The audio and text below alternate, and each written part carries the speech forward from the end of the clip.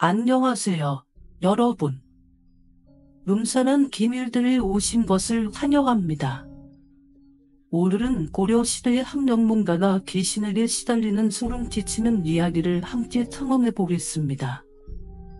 아시다시피 우리 전통 윈담 속에는 정말 무서운 귀신들이 있습니다. 이 귀신들은 사람들을 쫓아다니며 괴롭힐 수 있죠. 오늘의 이야기는 고려 제32대 왕인 오왕 시절로 여러분을 안내할 것입니다.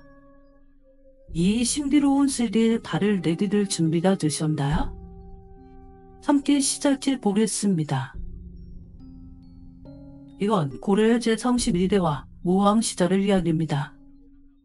고려시대 오왕 시절 신시정을 가진 제대로 관료를 배출해왔던 명문가문이 있었습니다. 하지만 이 신신문중은 신유라는 사람을 마지막으로 멀어지고 말았는데 바로 원기 때문이었죠. 신유는 신신문중의 17대 가주로 가문을 잘 다스리고 아버지에 비하면 부족했지만 그런대로 관료로서 일을 잘 처리하는 편이었습니다. 그런데 제3만년에 있던 그의 아버지가 죽고 난 다음부터 그 집안에 이상한 일들이 계속 일어났죠. 어느 날 신유의 존재나 밖에서 놀고 있다가 울면서 집안으로 뛰어들어오는 집안 어른들이 자초지종을 물었습니다. 손자가 말하길 밖에서 놀고 있는데 누군가 내 몸을 붙들고 때리기 시작하였다 라는 말이 됐죠. 이렇게 말하면 손자의 등에는 진짜로 손바닥이 지쳐 있었습니다. 그리 동안 집안의 어른들은 하인들을 지쳐 그 근방을 지나간 사람들을 조사했으나 손자를 때린 범인은 끝내 밝힐 수 없었습니다. 또 신유의 며느리는 임신 중이었는데 어느 날 낮잠을 자고 있었습니다. 한참 낮잠을 자고 있던 며느리는 갑자기 배에 통증이 느껴져 눈을 떠보니 웬 남자가 목에서 피를 흘리며 자신의 배를 짓누르고 있었죠. 이 광경을 본 며느리는 그만 혼절을 했고 아이는 결국 누상되었습니다. 또 밤이 되냐 지문과 바닥이 울리고 사람들의 웃음소리와 울음소리가 여기저기서 끊임없이 들려왔다고 합니다. 이상한 일은 이뿐만 아니었습니다.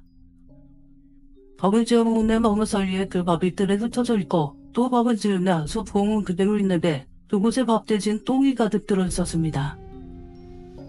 뭔가 변이를 부리는 귀신의 짓이라고 생각했는데 어떤 때는 허블이나 책상에 공이 등으로 날아다니기도 했고 또 큰 장화석 뚜껑이 천장에 붙어 이상한 소리를 내기도 했습니다.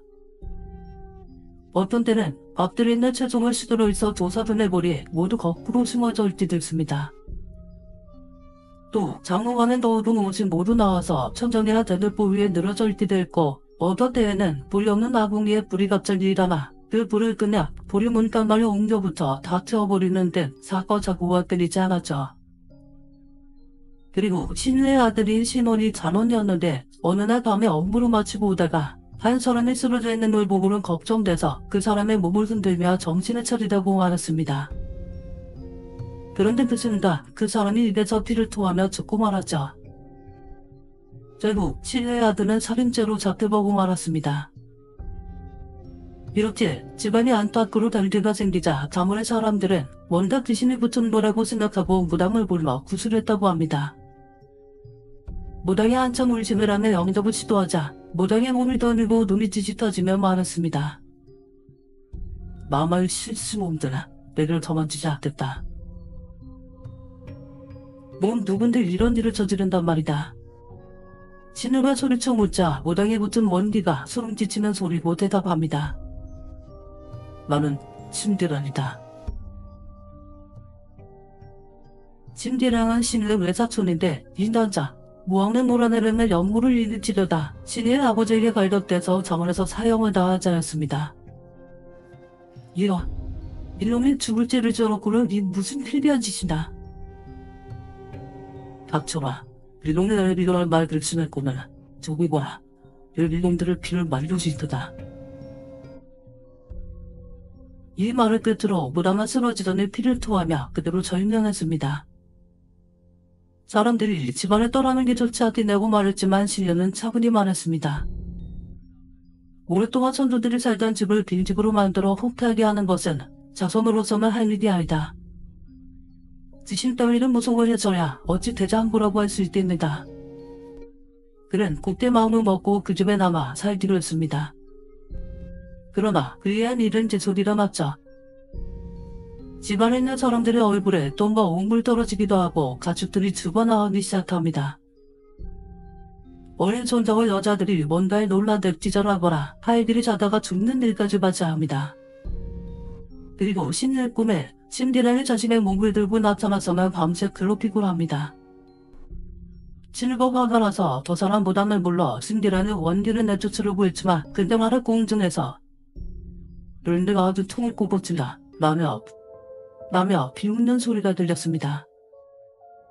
원딜은 쫓아내고 있었던 신용마저 처음에는 힘으로 버텼지만 결국 병을 얻어 죽고 맙니다. 결국 남은 사람들은 집을 버리고 떠났고 사람들이 떠나고 나고 그 집은 폐허가 되었는데 밤마다 귀신이 울부짖는 소리가 들려와 이들의 사는 사람들을 공포에 떨게 했다고 합니다. 이제 우리는 명문가를 괴롭힌 귀신의 기극적인 이야기를 함께 탐험했습니다. 그들이 접근 이상하고 소름 끼치는 사건들은 우리에게 공정함과 억울함에 늘 깊이 생각하게 만듭니다. 이 이야기를 음산한 기밀들에서 함께 해주셔서 감사합니다. 이 비디오가 흥미로웠다면 좋아요를 누르고 채널 구독을 잊지 마세요. 아래 댓글로 여러분의 생각을 나눠주시고 다음 영상에서 또 만나.